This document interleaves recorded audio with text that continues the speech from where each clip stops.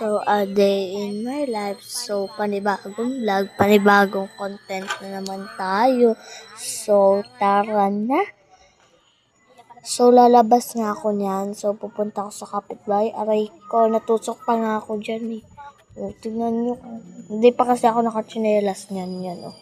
O, tingnan nyo. O, ang ganda talaga dyan sa amin. Kasi nga, ano talaga dito, pag summer talaga sobrang init. Kaya, dito sa amin, kadalasan nagbe-beach. So, inutusan pa nga ako bumili ng kikiam. So, pinahawak ko muna yan sa pinsan ko. Yan, tingnan mo ko dyan, B. Parang, lakad-lakad lang. Tingnan, pinapakita pa yung mais na hiningi ko. So, yan.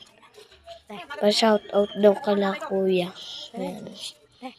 Alis mo siya, natatakpan ka sa video. Yan. Ay, bye, bukod tayo, tayo. Yan. Yan o. Pa-shoutout din daw kay ate and kay kuya. Yan. Wala nga kaming nabili kay Sarado. Yan. Sarado. Tuwan-tuwa sa nakakaburawt yung mais o. Tsaka sa baba dahil meron O doon sa yan baba. o. Tingnan nyo.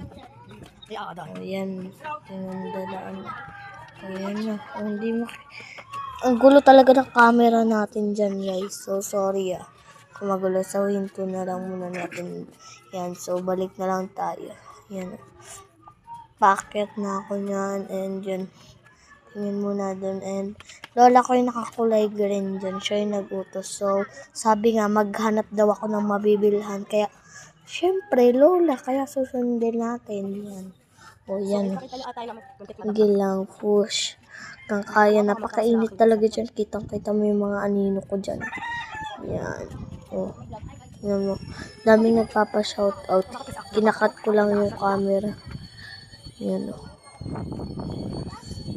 Tignan mo, bibili na ako.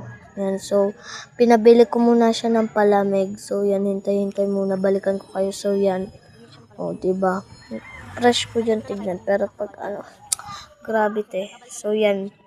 Nakakabili siya ng palamig and tumingin muna kami kasi nga ang tagal pa maluto ng kikiam. So, pumunta muna kami dyan. Grabe talaga yung init dyan. Kung alam nyo lang ang grabe nakita ko. So, nakita ko na. So, dyan na mag-end yung vlog.